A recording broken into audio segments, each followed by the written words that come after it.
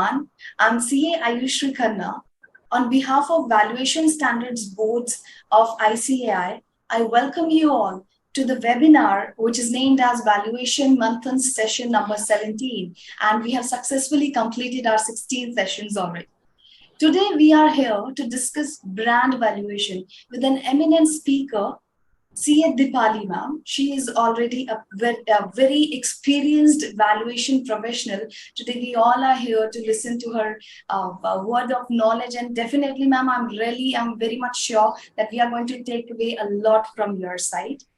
So again, a happy and energetic Sunday. I request our chairman, Sir C. Hansraj Chugji, to please give the welcome address to all our participants and team. Over to you, sir. Thank you. Thank you, Ayushri. The Vice Chairperson of the Valuation Standard Board, Preeti Savla, from the Western region from Mumbai, the worthy or very knowledgeable and the star speaker of the day, Dipali Talreja ji. She is a valuation professional and carrying a very big experience in dealing with the very great as far as the valuation assignments are concerned, and team at the our office, Dimple, Rahul, and our moderator of the day, Ayushri, and each and every participant from the nook and corner of the country and beyond the border of the country also. You see, like the technology has brought us very closer, now advancing towards many. You see, like the way our technology has been brought in, whether we are sitting at any place. I do not know. I just came to know that Ayushri is there in Delhi, but she is otherwise from Panipat. And no one know from where one is there with us. So that is the strength of the technology. And this particular the Manthan, the Valuation Manthan series under the able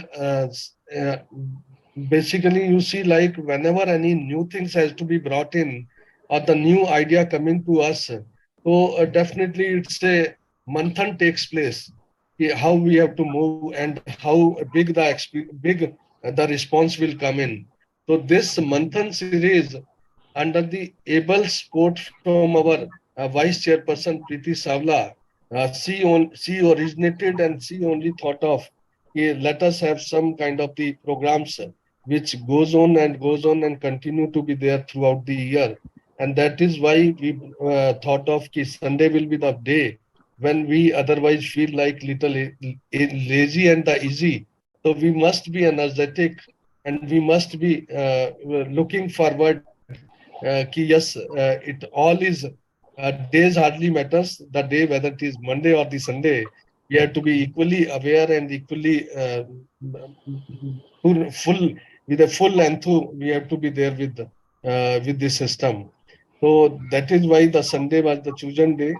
And many series has already been done. 16 has already been done. Today we are in the 17th series, 17th episode of this Valuation Manthan.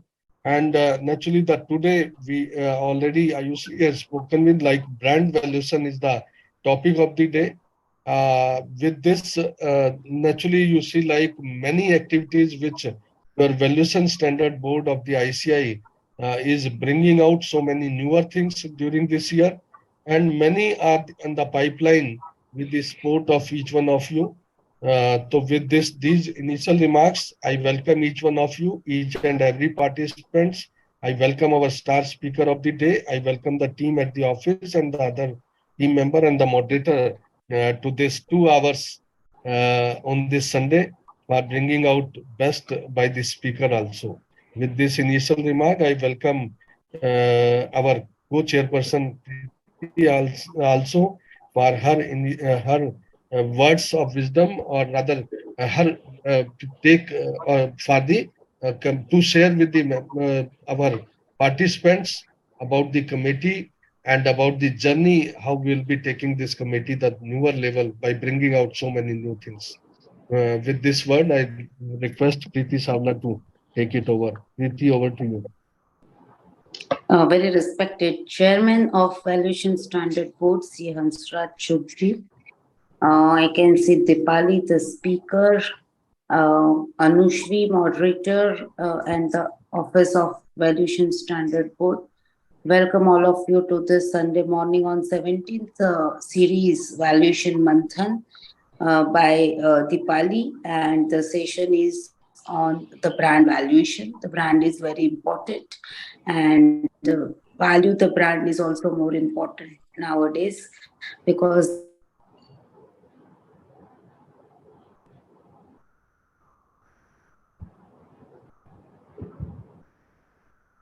brand valuation realizing the importance of the value of the brand, whether it is Swiggy, Zomato, or any large company, or the any listed company or any startup. So brand valuation is very important. And today we have brought this session to you by very experienced, knowledgeable faculty.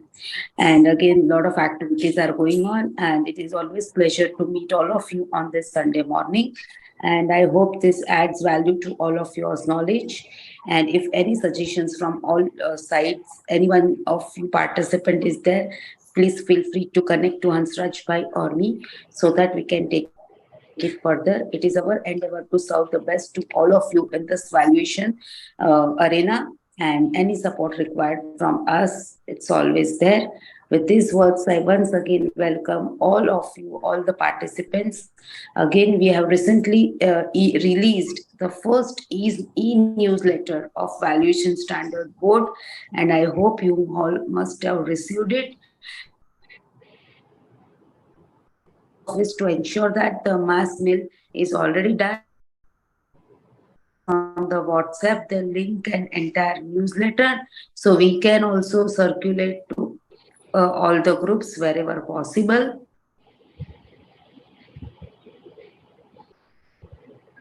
Welcome all, and looking forward to see you on all the Sundays. Welcome all of you. Thank you so much. Hansraj Bhai, over to you. Thank you so much, ma'am. And here is the time to introduce our well experienced. And ma'am, I was checking your experience. I'm so delighted to honor you and welcome you to the webinar, because when I was born, you have already started your experience. So that is the level of knowledge you must be having. So Dipali ma'am, as I've already told you, she is a valuation professional and is employed as a director in PWD, Valuation Line of Services.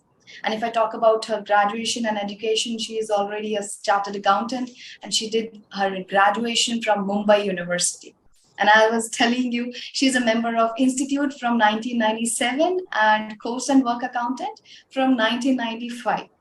She focuses mainly on the area of mergers and acquisition, which already includes business and equity valuation, valuation of intangible assets, and purchase price allocation. Moreover, she also covers the area of taxation and regulatory valuations and bid advisory. Ma'am, we all are eagerly waiting to have your knowledge and your word. So over to you. Most welcome to the webinar. Thank you so much to spare your time for all of us. Thank you. Thank you so much. At the outset, I would like to thank the Institute, Mr. Hansrajji, Preeti Savlaji, to give me this opportunity to share their knowledge. I think I've spent 20 plus years in the industry, and it's time that I give back to the society. So I'm really thankful for this opportunity provided to me. I would request the participants to post their questions. Feel free to reach out to me if there are any questions at a later stage. And let's get started. And just share my screen and let me know, Ayushi, if it's visible. Yes, ma'am. Yes.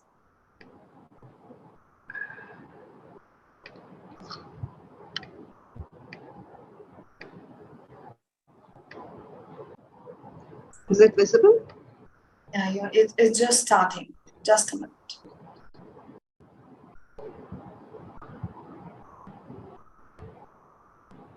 Is it on? Your screen is not at all visible, but it displays that you have started sharing your screen. You might need to wait for a few seconds, I think. It's not visible even now? Not So, Not The yet. technical team, I request you to please look into it because videos are also not visible and this screen is also not getting shared. Ma'am, you can try to share it again, I think. Yeah.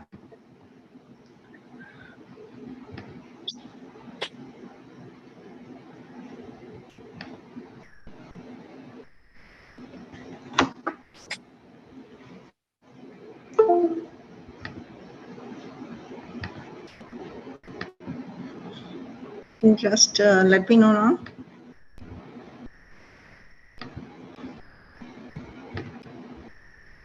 It's Is not the- yet visible. No, it's not visible.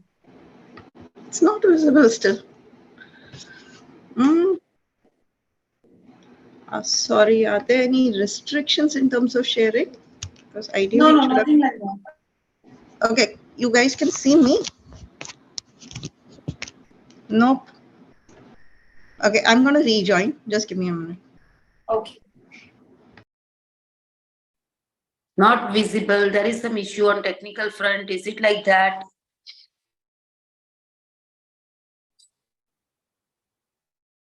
Ma'am is rejoining.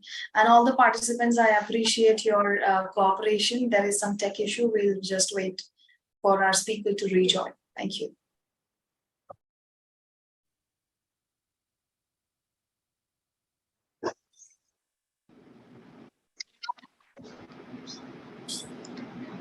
Right, and then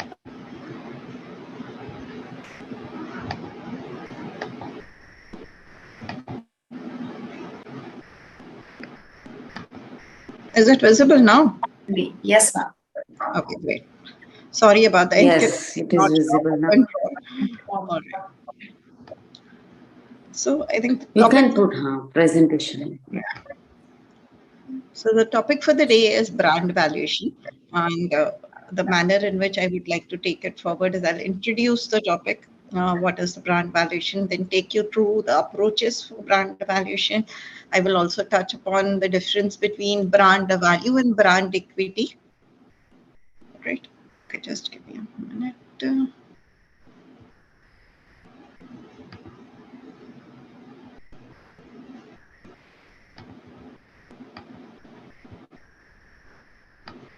Just a minute.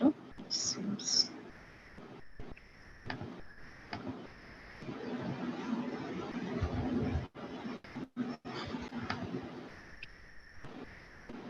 What happened? Any issue? Any support required, Deepali? No. I think the file was incorrect. Just give me a minute.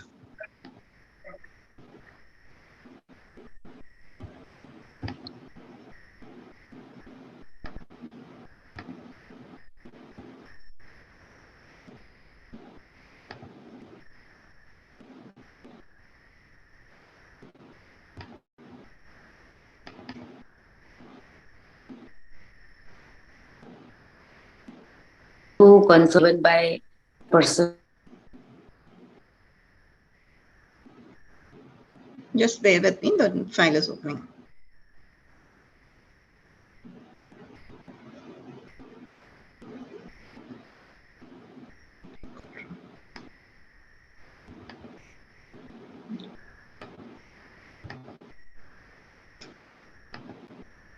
Concern.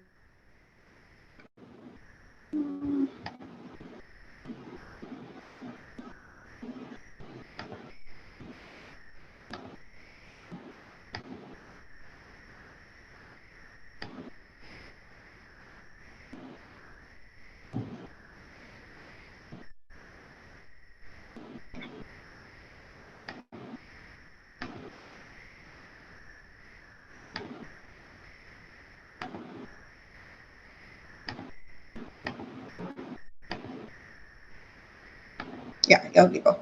I hope it's visible. Yeah. So No. Sorry, is it visible to you? Yes, ma'am. Yes, ma'am. You can start. Okay. Right. Thank you. So the manner in which I would like to cover the topic is we'll understand what an intangible valuation is, and in the context of brand, we'll understand brand equity and brand value. we'll move on to the various valuation approaches and the purpose for brand valuation. I also have an Excel opened. Intermittently, we can switch over to the Excel to understand how the number work really flows. From there on, moving to what is intangible asset. And so a brand is an intangible asset, right? An intangible asset is something which is identifiable, which means you can relate to it. It is non-monetary in nature. So it cannot be a balance lying with a bank, which has a physical substance, like a fixed asset also has physical substance. So it's basically a non-monetary item. And the most important thing is this particular intangible asset, for it to be recognized in the financial statements, has to be an asset over which the organization has control. Okay, so if you look at a market share, a company may say that, okay, I have market share, I'm the leader, but it's not an intangible that I can recognize because the company has no control over the market share. However, a brand or a trade name, the company has control. At times they have a legal right over it. So from that perspective, an intangible asset on which a company would have control is what one can recognize in the financial statement. So the key things being, one, it has to be identifiable. Second, it has to be an asset which does not have any physical substance. Third, it has to be within the control of an entity. Last but not the least, it has to be capable of generating future profits for the organization. That is when you can recognize any intangible asset as an asset in your financial statements. So when does the asset really become identifiable? It is when it is separable, which means it is capable of being separated from the entity and separately monetized. You should be able to sell it off in the market and there should be demand for the same. It can arise from contractual or legal rights. So coming to what are the requirements or scenarios when a valuation of intangible assets would be required? One is around financial reporting. So acquired assets are recognized in the financial statements. A self-generated intangible asset would not be recognized in the financial statements. So from that perspective, at the time of financial reporting, which is initially when a purchase price allocation is done in the context of an acquisition, one would like to recognize the intangible asset. Also, you need to do impairment assessment once you've recognized long-lived intangible assets. So you need an intangible asset valuation at the time of impairment assessment too. Whenever there is a merger and acquisition, people evaluate what is the intangible asset and then what is the tax benefit that the company may get post acquisition if it is tax amortizable. So the endeavor always is, to figure out what is the amortization hit that I will have on account of intangibles, what's the tax benefit that I will have on account of intangibles post acquisition. People like to see what's the impact on the earnings per share, on the profitability of the company. So in a merger and acquisition scenario, having a perspective of what your balance sheet will look like post acquisition becomes really relevant. When a company is, say, there is a domestically grown brand and it wants to capture market outside India and wants to partner with a local person out there, then there's a thing around licensing and franchising that happens. So example is when Forever came to India, it came under a licensing arrangement. Even over there, then you need brand valuations done. Companies like to do their own independent intangible assets through brand valuations for understanding, how are they faring in the market. And nowadays, the banks are also willing to lend you against certain intangible assets, brand being the primary asset on which, if the brand is really strong in the market, then you can raise some funds. So touching upon what is brand equity and what is brand value. So to put it simply, brand equity is the importance of the brand in the eyes of the customer. The way the final customer perceives the brand in the market, that is basically the brand equity. It is much more broader than a brand value. It covers a set of assets and liabilities which are in the form of brand visibility, the association of the brand in the minds of the customer loyalty. And brand equity is actually used to determine the marketing and business strategy. Brand evaluation, in a way, one can say, is subsumed in the brand equity. Brand value is basically has a financial significance. It's a technical or a scientific valuation of a brand, which more comes in this category of it kind of encompasses brand equity encompasses brand value plus maybe your customer relationship together. Now, coming to why does one need a brand valuation? So, okay, before we go there, what is a brand? Brand is basically the way a product is recognized in the market. A Coca-Cola, that's a brand. Pepsi is a brand. Now, you may have multiple products launched under a brand, and people associate, say, the quality that the person has established with the brand. So when Pepsi has a brand, it has a drink. Then it came out with Lay's. Lay's again was another brand created by them. So that becomes a sub-brand.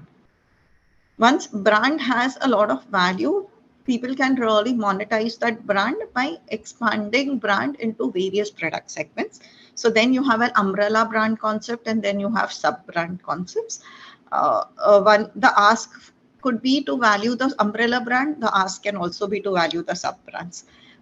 Accordingly, one needs to be careful about the profits that you consider when you undertake the valuation of a brand. Now, as I discussed earlier, you would need a brand valuation more from a financial angle. That is when you are trying to do financial reporting, or there is a litigation around tax, there is merger and acquisition scenario, or when you have to do your financial reporting to your investors. Brand financial valuation of a brand is done by financial institutions or valuers.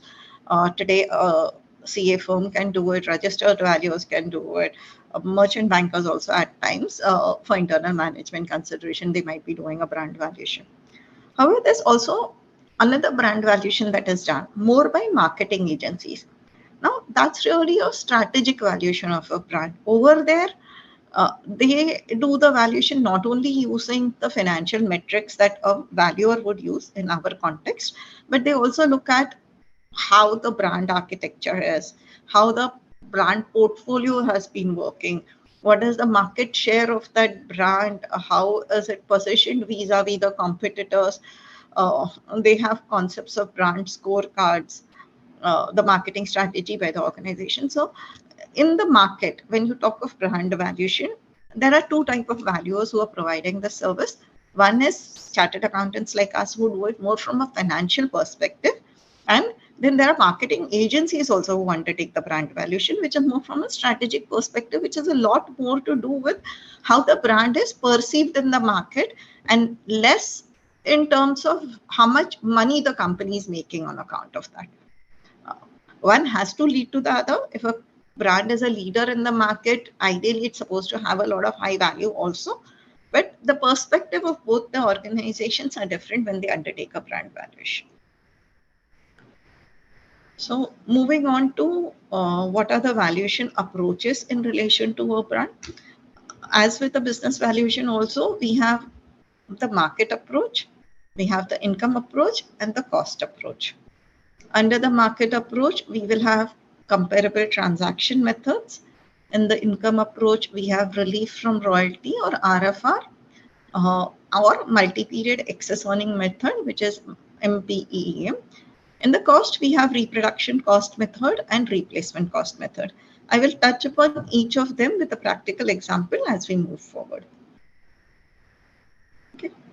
Now, income approach. So basically, when we talk of income approach, the premise of value is that it uses the profit that you're going to make in the future. It considers the net earnings, which are attributable to the brand. And that is what you use to determine the value of the brand. It's the most effective method of valuation and very reliable because it is directly related to the earnings of the brand. The only problem that you have is when you're trying to use an income approach, it's more tedious. It does require a lot of discussion with the company as well as a lot of inputs. And we'll see certain technical inputs that are required around contributory asset charge and royalty rate as we move forward. Now, under the income approach, there are three methods: multi-period excess earning method, relief from royalty method, and incremental cash flow method, which is also known as with and without method. Moving on to this, now let's understand what is relief from royalty. Now, as a concept, what it really means is because you own a brand, you possibly do not have to pay royalty to someone. Say hypothetically, instead of you owning the brand, there was another organization which was owning the brand, and you had to take the brand on lease from them on a franchising licensing basis. Then you would have had to pay the owner royalty. So the royalty that you save because you own the brand becomes one of the metrics basis which you can do a brand valuation. So the royalty savings are the expected cash flows which are considered then for the subject intangible asset. Now, where do you get really these royalty rates? So there are certain databases that one could subscribe to, like a royalty source or a royalty stack, and that will give you a royalty rate that we can consider. Obviously, you need to go through the drill of trying to get the right industry. So say if you're working in an FMCG industry and primarily looking at a brand like an Indulekha, say, a hair oil brand, then you will look at players who are primarily into that industry selling hair oil, and then you will look also at a geography. So you would want to possibly stick to emerging markets and developed markets as a cut. And then you can take the royalty rate depending on the strength of the brand. You can either take a 25th percentile, 75th percentile, and accordingly pick up a royalty rate for doing the valuation. Having received the royalty rate or having figured out what should be the royalty rate, which is your step one over here, you determine the royalty rate. Then the royalty rate that you get sometimes maybe as a percentage of revenue, sometimes it could be as a percentage of your PAT. Whatever ultimately base you've got in your royalty, you match the base for your subject asset also. After that, you deduct the tax expenses, and that gives you the savings of royalty. Then you present value those, and in the end you add the tax amortization benefit. So step one is determining the royalty rate, for which you will figure out what are the similar comparable intangible assets in the market for which transactions have happened and get their related royalty rate. Step two is, or another way of determining those royalty rates is licensing agreements, which you will get from royalty source or based on an assessment of the industry. Many a times, certain companies report the royalty that they are paying in their annual reports. One can look at that also as a source. So this is just a presentation of how this method works, relief from royalty. Over here, I have yours, which is in the projection period. I have the revenues for the brand, so 200 million every year. Then we have the royalty rate, which say we got from royalty source as a database for the subject industry. We apply that royalty rate. So 200 into 6.2 will be 12.4 that you have received. So this is the saving that you've done because you own the brand. Now, if the tax is 50%, your saving net of tax becomes 6.2. It is this saving net of tax is what you will discount at 12% because this is the return that I have. Now, just one pointer that I could mention over here is how do you really determine the discount rate at which you want to discount the royalty? Now, this needs to be the right return that you expect because you will have this intangible asset. Traditionally, what we do is we see whether this particular intangible is capable of raising any debt by itself. Like a brand is, customer relationship is not. So in a brand, maybe you can take a weighted average cost of capital. You can take a debt percentage funding, say 30% debt, 70% equity. And then accordingly, you can do a weighted average of cost of debt and cost of equity to determine this discount rate. If you were doing customer relationship, then you would have taken only possibly 100% equity funding. So that is how you determine the return that you need when you've invested into an intangible asset. Then that gives you the discount rate. You discount your future cash flows using that discount rate, and then you get summary of the savings that you've done in present value terms.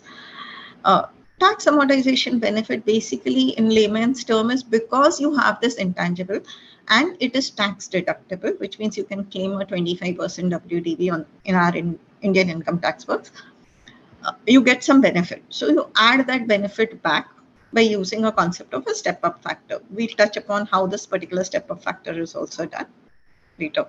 So this really gives you the value of the brand. So any questions? Happy to take those on this particular method. Otherwise, we can move to the next one.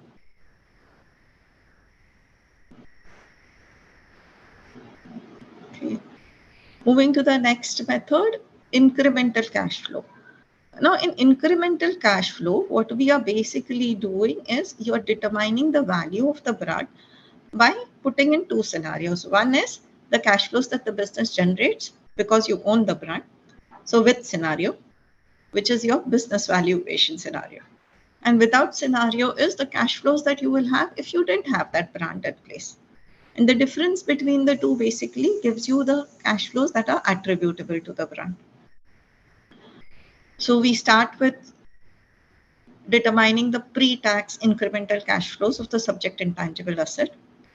You reduce the incremental contributory asset charge. You reduce the tax expenses.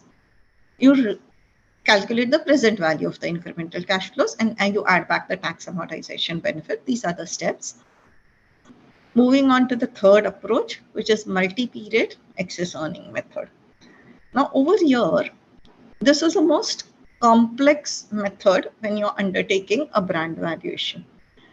Your objective is the same. You want to determine the present value of the earnings which are attributable to the intangible assets. So you take your business level cash flows. From these business level cash flows, you want to drill down to the cash flows that are attributable to the brand. Okay. Normally, this method is used when earnings which are generated by the intangible asset cannot be directly identified. You cannot figure out what's the right royalty rate. Then you use this method. Okay. Over here, one of the most important things is you need to also determine the value of other assets which are employed by the organization to generate the business or the cash flows. And then you remove something which is called a contributory asset charge. This will become more clear maybe if you look at a numerical example. So over here, we have the cash flows of the business, 55 million every year. Now this is your business level EBITDA. From this business level EBITDA, what are we saying? We are saying that I need to deploy additional assets. Those additional assets could be your working capital, it could be your fixed assets, it could be your customer relationship, non-compete, over-assembled workforce. And each of those intangible assets that you have deployed need a particular return.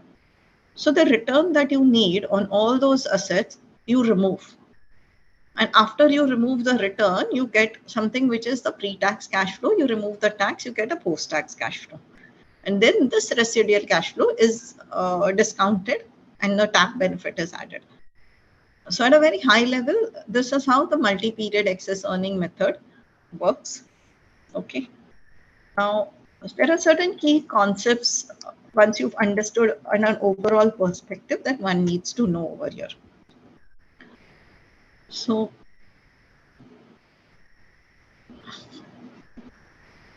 I think I would touch upon what is the contributory asset charge.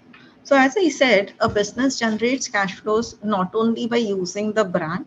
So when Coca-Cola say wants to market Coca-Cola in the market, it also needs to have planted machinery, factories, employees out there in the factory. So there is investment in tangible assets. Then it needs working capital. So there will be inventory which is there at the distributors level. There will be certain trade payables that will be there. So there's another important asset that they have used is working capital. Then, so you have these two assets and you need to remove the return.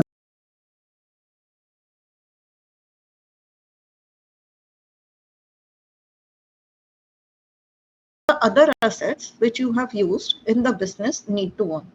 So you have a return on and a return off as a concept. Now, what does return on mean? It basically means that because you've invested in a particular asset, which could be a fixed asset or your working capital, you need a return on that investment on a year-on-year basis. Okay. Then when you have a return of, it basically reflects the recovery of your investment over a period of time. Now, for certain so you have working capital. Now, working capital does not lose value in the business, right? So you only have return on in the contributory asset charge. When you look at fixed assets, you have return on fixed assets. So fixed asset is 100, then becomes 90, then 80. So you have a return on the average reducing level of your fixed assets.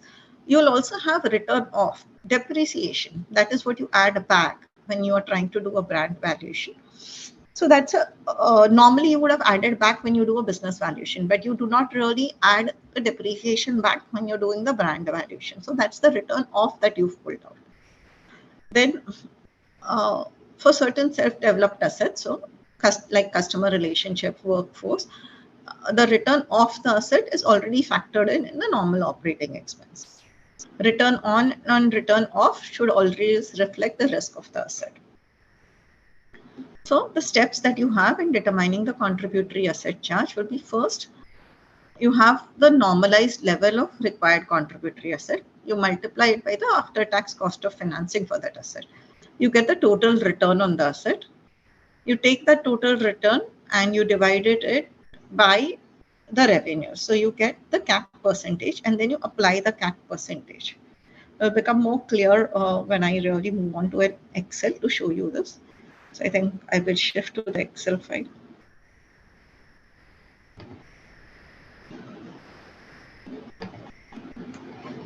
Okay.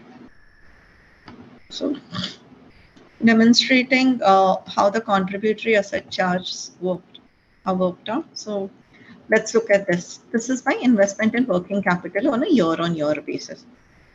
Now, this investment in working capital, you need a 7.1% fair return. So you multiply the return by the investment. Every year you get this return. You determine this return as a percentage of revenues, and that average percentage is one component of your contributory asset charge. Another component could become your fixed assets. Now, this is the investment in fixed assets, which comes from your projected balance sheet. It's just a fixed asset balance at the end of every year. Again, we know that we need a 9% return on this fixed asset. So you multiply that by the investment in the fixed assets, you get a return on a yearly basis. That as a percentage of revenue is 0.6, and the normalized level would be a long-term average of this return. So this is how you get your contributory asset charge for each and every asset other than the brand that you're trying to value. And summation of all these returns is 5.1, which is what goes into when you're trying to do a mean. Okay, so when over here, I showed you contributory asset charge. So in the manner in which it was shown in the Excel, you compute your contributory asset charge. So which would include your charge on fixed assets, working capital, any other asset that you've deployed in the business other than the brand that you're trying to value. So the residual profits get computed, which net of tax are then present valued at an appropriate rate of return. Now, what's a tax amortization benefit? A tax amortization benefit needs to be one looked at from a market participant perspective. What do I mean by market participant perspective? If the brand will be sold in the market, the acquirer will get tax benefit on account of that brand, right? He will take the brand, there will be an amortization that is done, and to some extent, he will pay lesser taxes. He would have paid higher taxes if he did not have this brand. So there is a value that the buyer will be willing to pay to the seller if a particular intangible asset is tax deductible. Now, that is the tax amortization benefit that needs to be considered. One way of doing it would have been that you do not, when you did the brand valuation over here, you do not take any tax deduction. But this would have created a circularity, and difficult to figure out how the tax benefit would actually work. At times, the book tax and the income tax related tax are different. That's why we do a step up from a tap factor perspective. Now,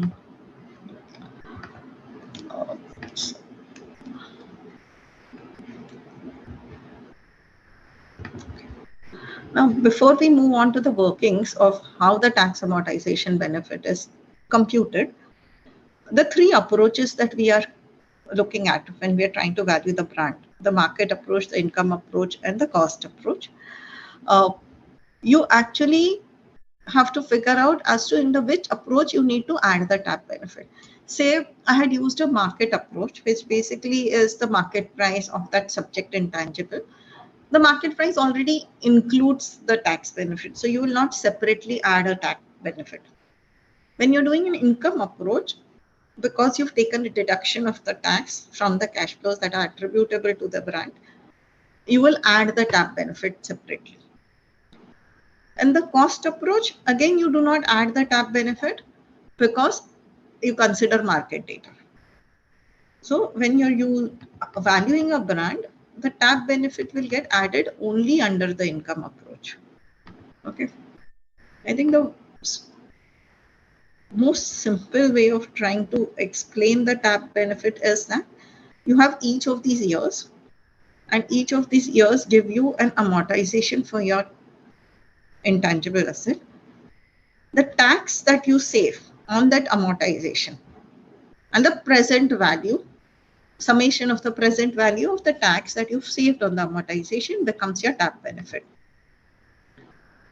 Okay, so to pictorially present it, this is my amortization, this is my present value factor. I've added them over here, I've removed the tax element, and I have total tax savings. And then 1 minus, by applying this formula over here. Okay, I'll show you the formula here. 1 divided by 1 minus the total tax savings in the percentage terms gives you your tap factor, which is basically grossing up the cash flows for the tax benefit that you will have in the future. Now, moving on to, for those who are interested, this example AC 805 is available in the public domain. It actually gives you all the workings in Excel, which illustrate how these methods are applied. Moving on to the market approach. Now over here, the premise of the value is you just determine the value of the brand by looking at whatever transactions have happened in similar industry or same industry, and you'll try and look at a brand which has similar strength. So there are a lot of subjective parameters that you need to consider when you're trying to do a market approach, because two brands in the FMCG sector, the market leader will definitely have a separate brand value or a much higher brand value compared to a new entrant. So when you're trying to do a market price based valuation, comparable or the quantum and how similar the transactions are to your subject brand that you're trying to value becomes very important. Okay, so advantage of market price approach would be that it looks at a third party perspective, what others are willing to pay. One of the biggest disadvantages is you will get data, how comparable it is to your subject company. Whether it is comparable or not are various aspects that a brand value needs to really be cognizant of, needs to weigh it before he or she determines the value of the brand.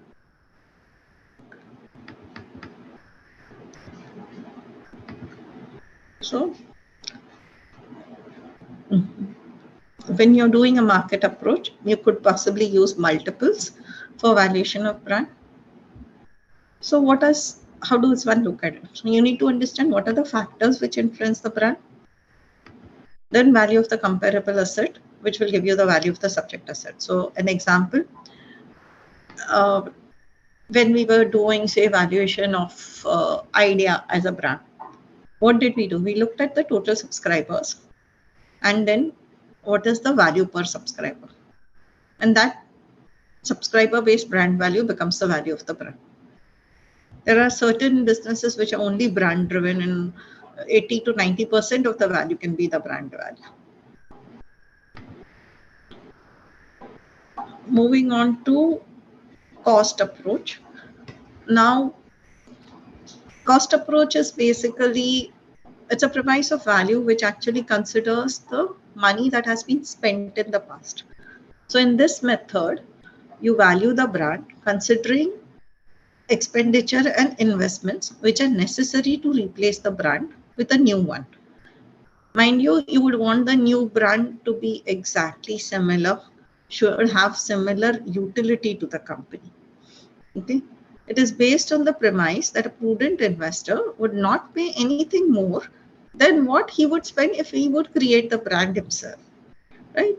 So when you're trying to do a cost approach, there are things that you look at is what is the money that has been spent in the past for the brand to reach this particular scale and maturity.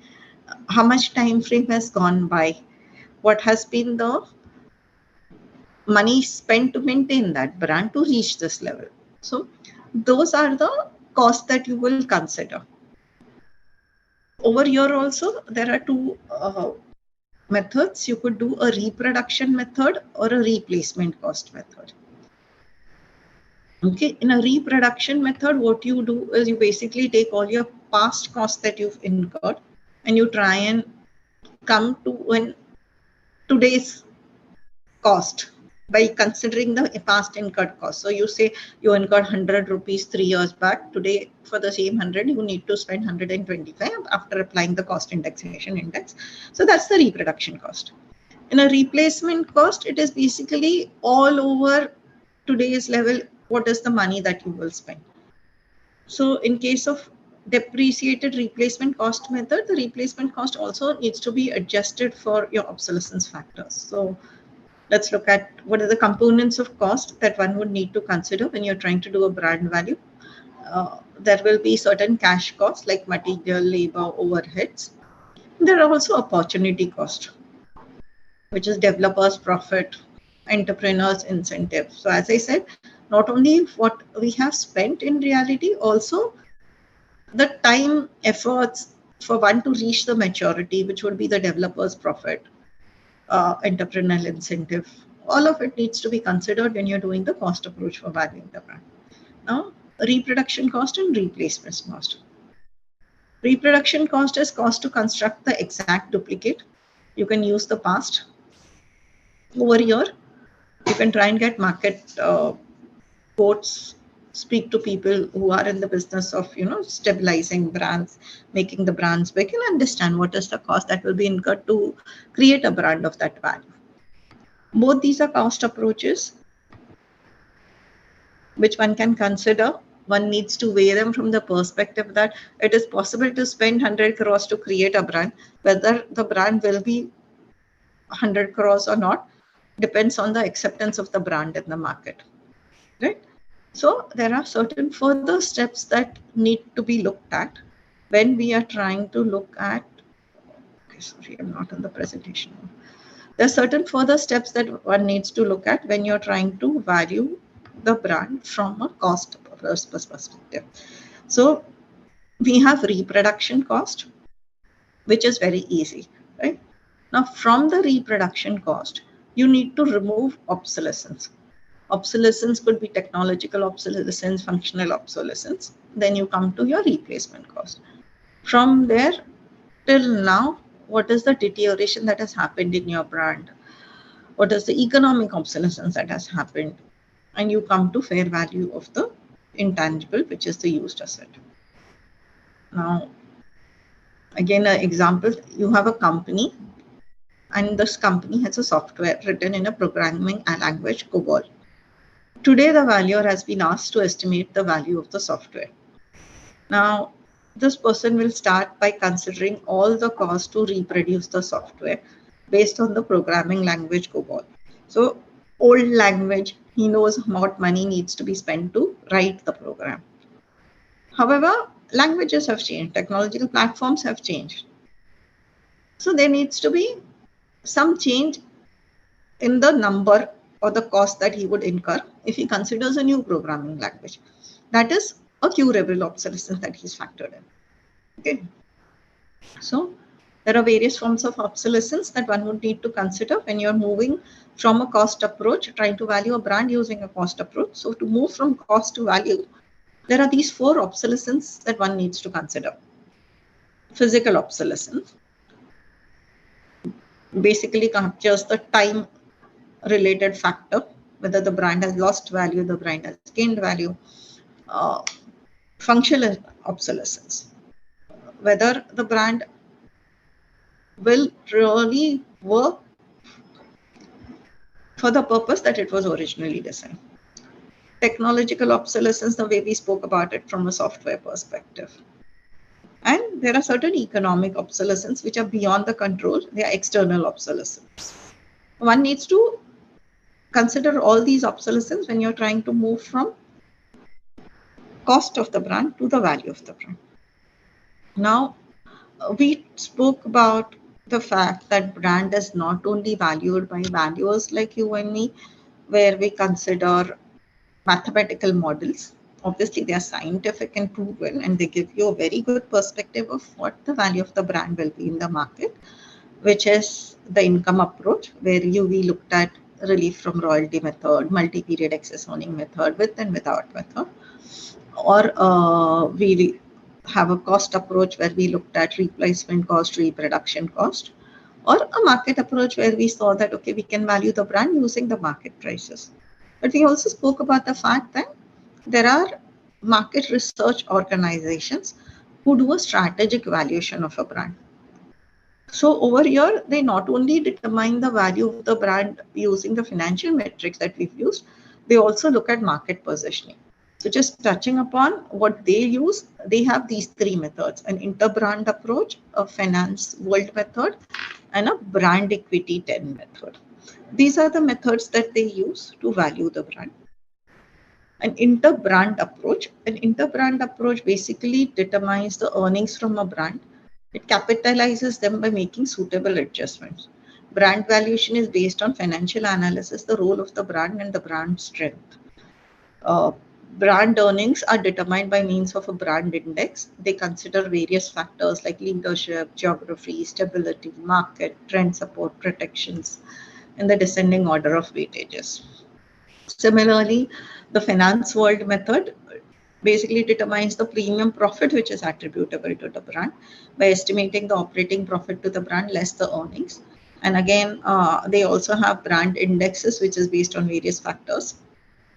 And the other methods, such as brand equity 10 method, looks at customer loyalty dimension as well as awareness and market behavior to create a measurement instrument. This is just touching upon or making the audience aware that other than the financial valuations that we do, there are other people who do brand valuation using different metrics. Okay. Any questions to with this? This technical presentation is over. We have time, so I can walk you through the Excel model or I can take questions. So, Ma'am, let me just check if we have some questions for you. Sure.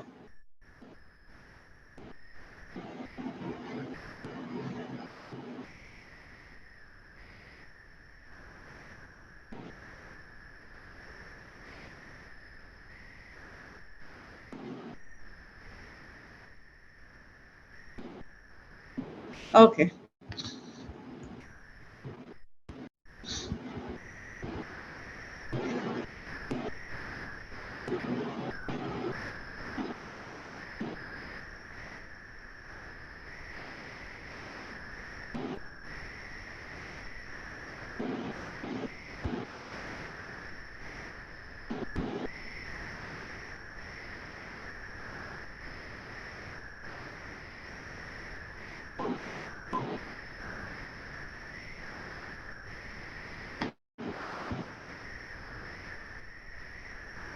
Ma'am, we have few questions. I'm just sending you.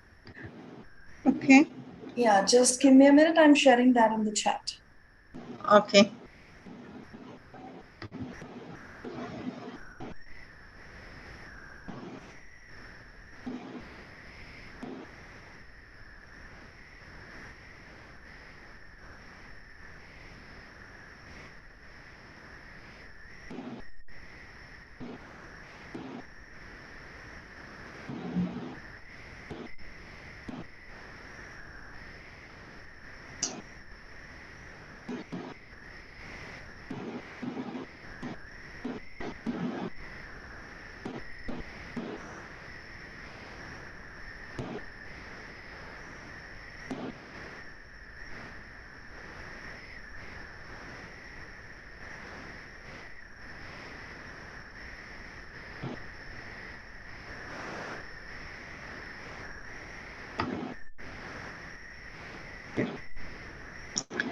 Ma'am, I have already shared you the questions.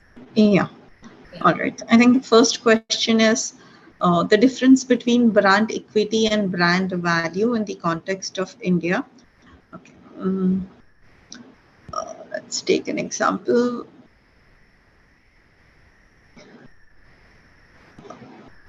Say you were acquiring Coca-Cola as a brand. Okay. Or if, let's not take Coca-Cola, let's take somebody which has also a customer relationship. So let's take if you're acquiring Airtel as a brand. Okay. Now, Airtel as a brand will generate value not only because people, Airtel today in the telecom market is Airtel and there's Jio, and then you have the third player Idea. We know that Airtel is strong in the developed markets. We know that Jio is strong slightly more in the rural markets. Now, when I do a brand evaluation, and Airtel has a lot of corporate relationships, the value of Airtel, when somebody looks at it from a brand equity perspective, will capture the value of the corporate relationship it has, other than also capturing the quality that Airtel delivers, other than capturing the fact that, okay, Airtel is a brand which is well recognized today and getting monetized. Not only earlier it came only as a telecom player, but today it has come as a player into the payment space. It is also a player in the entertainment space. So when you're trying to do brand equity, it is a much more broader concept which covers the value not only of the Airtel as a brand, where, okay, I can license Airtel. Somebody wants to get into the lending business and say, okay, Airtel NBFC. They can license that, they can take the royalty for that. But when you look at brand equity, it also covers the quality that Airtel is expected to deliver. It covers the relationships that Airtel would have with the larger ecosystem. Some of these relationships, when in the context of purchase price allocation, maybe you will assign a value separately to it. But when brand equity is looked at, it is not only the financial metrics, which we look at when you're doing a brand valuation. It's a much more larger concept, which more or less looks at the whole ecosystem. Okay, so that's the difference between brand equity and brand value. Okay, so second question that we have is, how does brand evaluation impact financial reporting and tax implications in India? Okay, so the first question I will take is financial reporting. When you have a business acquisition, okay, you do it either by acquiring the investments. So you acquire shares, then in your standalone books, you're writing or you're recognizing investment in ABC company. If that ABC company is your subsidiary, then you need to do consolidation. And when you do consolidation, you need to do something which is called a purchase price allocation. And when you do the purchase price allocation, most often you will have brand, whether it is B2B player, by that I mean business to business or business to consumer. The quantum or the value of the brand could change. A B2C business will have a much higher value of a brand. A B2B business is basically me carrying a corporate brand, but you will have a brand. So whenever you're doing a purchase price allocation, you need to value the brand. That is where brand valuation financial reporting, that is day one. At the end of every year, then if whether you've recognized this brand as a long-lived asset, you need to do something which we do for goodwill impairment assessment. So that's how, from a financial reporting perspective, brand valuation becomes important. Now, tax implications of brand valuation, the biggest tax implication is that I think 1 year back, the budget, or 2 years back, the budget disallowed deduction on goodwill. So today in India, if I take goodwill as an intangible asset, I cannot claim any tax deduction on it. So in the old days, pre this adjustment, people were not very conscious about, whether they are allocating value on in an acquisition scenario, whether they are putting more value to goodwill or they are putting more value to intangible assets. They didn't care, because from a tax perspective, you used to get your deductions. Whether I recognize it as an intangible asset like a trade name or a brand or a customer relationship, or whether I recognize that goodwill, I was getting my 25% deduction. Once the change came in, the deduction on goodwill was removed totally. Post that, now people are very conscious of what they are trying to put on their books of account. Nobody wants to pay more taxes. Everybody wants to ensure that, we are paying the right amount of taxes. And it is a very important thing in brand having values identified. Ultimately, if you paid for a business, say 6 times EBITDA or 10 times EBITDA, you decided that the business is worth that much. And if the tangible assets are not contributing so much, all the asset light businesses, all the financial service business. So when we look at like a Bajaj Finance or a Cholamandalam, they get 6 times their net worth as value or 8 times their net worth as value. So the net worth or the tangible asset in their books will only be that small portion. Balance 5 to 7 times is basically intangible. Now, if I go and acquire that business, I would want to ensure that the premium that I'm paying over the net worth, I want to get the tax deduction. It makes it a very lucrative transaction for me. And hence, then the valuer or the role of the valuer becomes very important over here. So it is the job of the valuer to ensure that you're identifying the right amount of intangibles, you are putting the appropriate values to it, and whatever we do, mind you, it has to be extremely defendable, because tax authorities are also getting very smart by the day. There are actually tax or I think they're getting trained in this domain of valuations, and you see increasing amount of questions coming your way as the companies which have undertaken valuation are going in for assessments. So ensure that your number work that you're doing when you do a purchase price allocation is thorough, because that is the only time when the data is made available to a valuer. Give it another 2 years, we've forgotten what we've done. So has the organization forgotten, but it is your report, your name at stake, and you have to go and you get summoned to the tax authorities and they'll ask you questions. If your write-up, if your backup papers are not great, it's like an audit.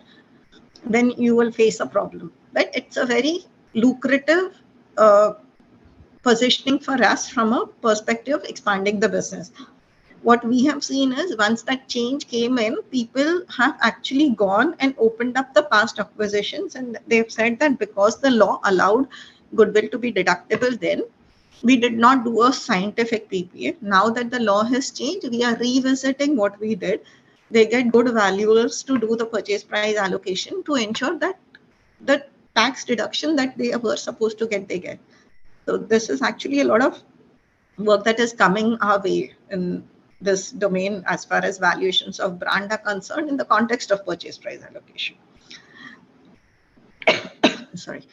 Another place where we see brand valuations being required is I was doing a acquisition whereby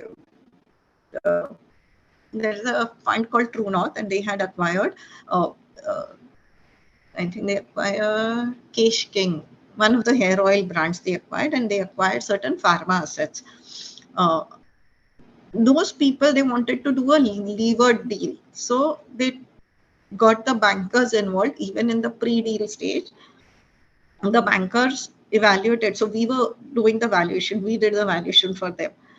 The bankers evaluated the value, not only using our valuation, also with their own assessment. And basis that valuation, True North picked up loans from the banks. And using those loans and some portion of their own equity, they did a levered buyout of the brand. So that is again where a brand valuation becomes very relevant and important in a deal context. Okay. Now, the third question is, are there any specific legal or regulatory considerations related to brand valuation in India?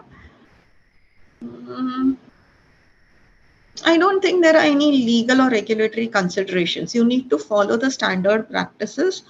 There is the FASB, American Appraisal Foundation. They have those toolkits. Those toolkits talk about the whole purchase price allocation, but they do touch upon, intangible valuation over there. So those are the resources one could refer to. One could obviously refer to our CA Institute resources. You could refer to ASC examples given, because ASC actually gives you the examples in Excel. It's easy to follow.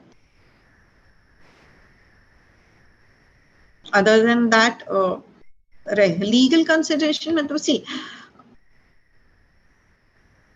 today trademarks are registered, okay, and they have a particular life for those trademarks. Some of them, many a times what we see is the titles on the trademarks are not clear. So that could be one of the legal consideration that one needs to look at when you are trying to value a trademark, which itself is a brand that is used in the market, right? So that may be one of the legal consideration that comes to my mind. Regulatory consideration will be more around the fact that what is the RBI allowing you. So if you, I think, look at these two aspects from a practical experience, I can touch on these two. There might be many more which the lawyers might be better aware of.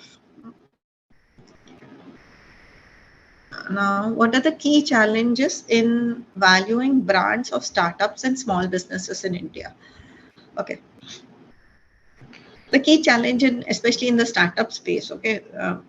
So let's look at, there is Huga Life as a startup brand which is coming up, and it's been endorsed by a lot of what to say, celebrities are endorsing that brand.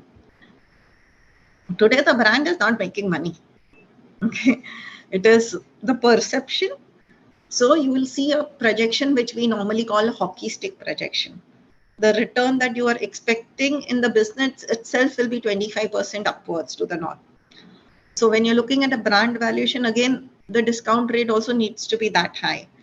The challenge over here is exactly this, that, you know, if you want to borrow money against this brand, it's easy to borrow money against a brick and mortar brand like a Bajaj hair oil or a Indulekha or a Lotus Herbal.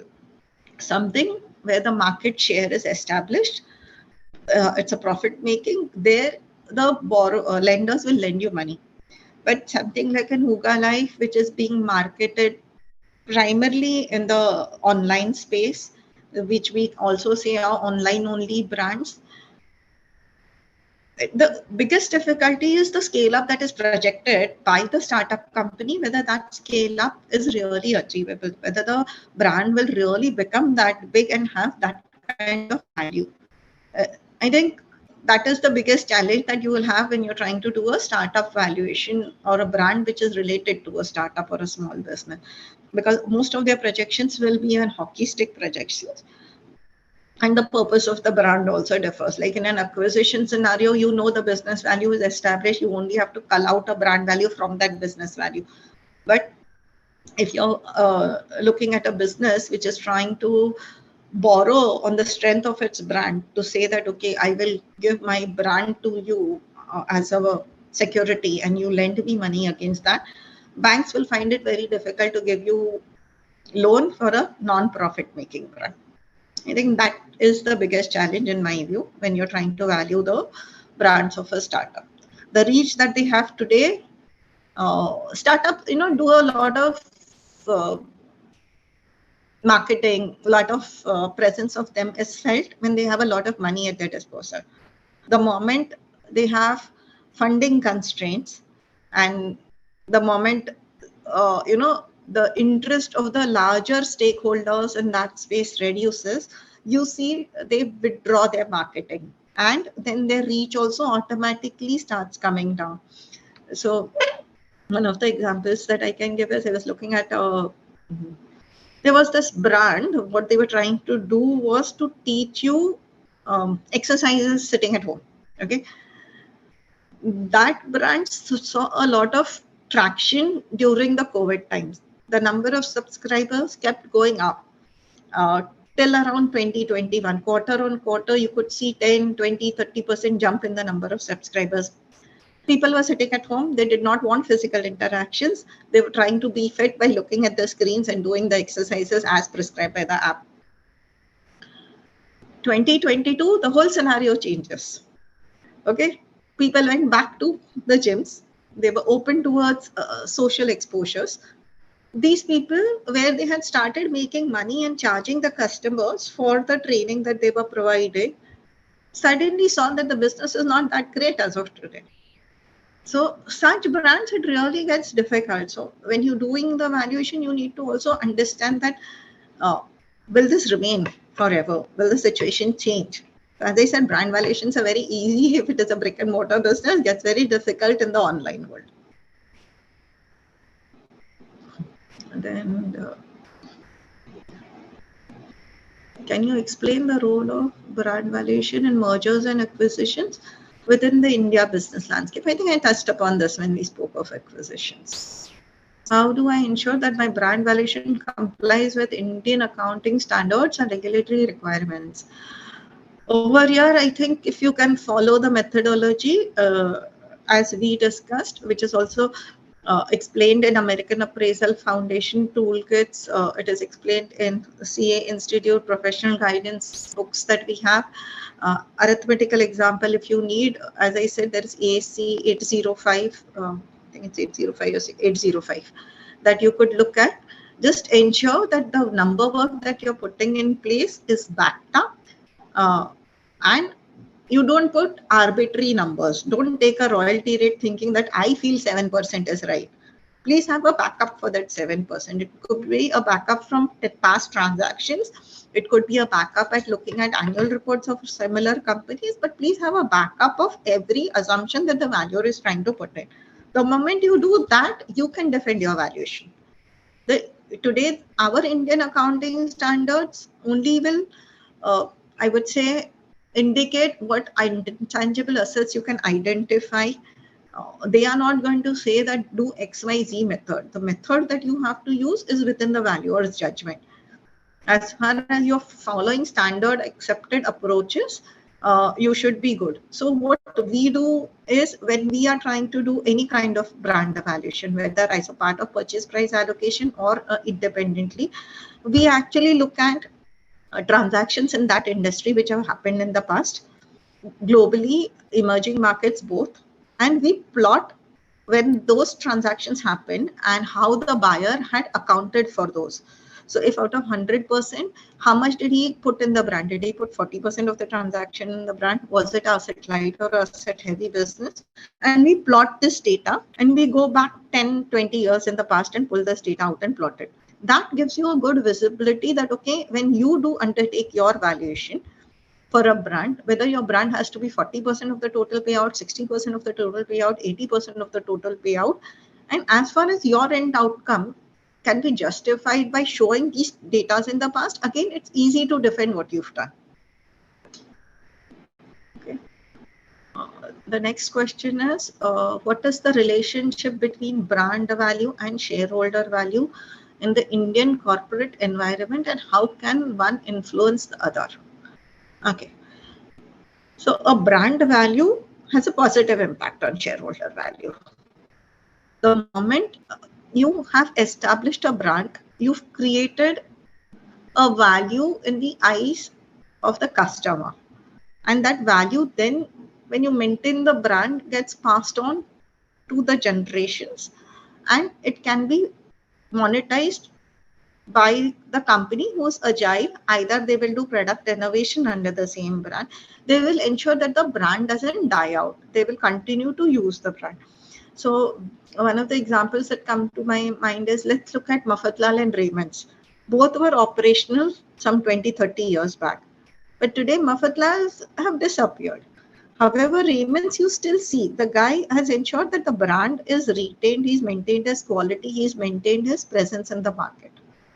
So a brand which is well nurtured, once it is accepted by the customer, you need to continue to invest in the brand. You need to continue to ensure that the customer engagement and the quality that you deliver is right. Automatically, you've created a brand value which results into a higher shareholder value because your return on equity goes up.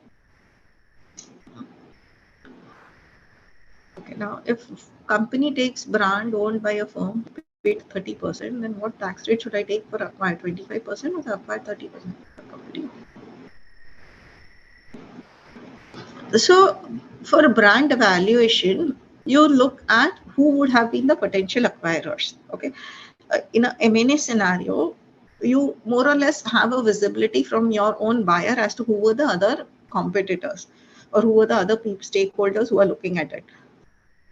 Depending on who were the market participants, the tax rate you would consider. So if there were companies who are looking at it, 25% is the right rate.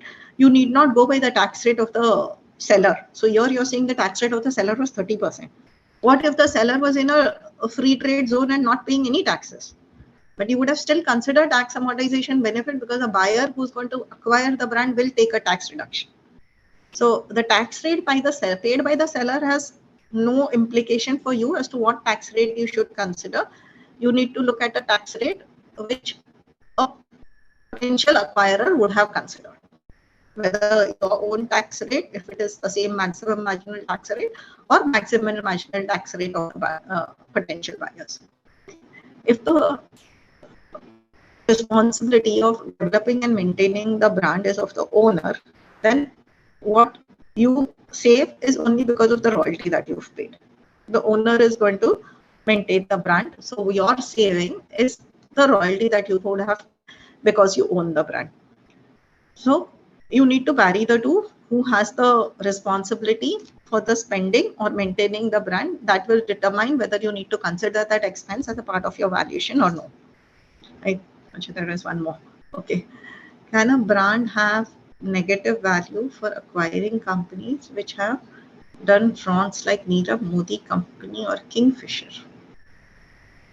Okay. When you pay for such stressed companies, more often than not, you're not paying for any intangibles. You mostly pay up only for tangible assets. So all these companies which have gone into NCLT, when these companies are sold, they're actually sold at a discount to the tangible asset value also. So they really do not attract any intangible asset value. So Nirav Modi or a Kingfisher company, they will not have any intangible assets because they are already into red on that count. So if you've not paid at a business level, there is no intangible asset value to be recognized, and definitely not a negative value. I think with this, we finish the questions, Aishi. Thank you so much, ma'am.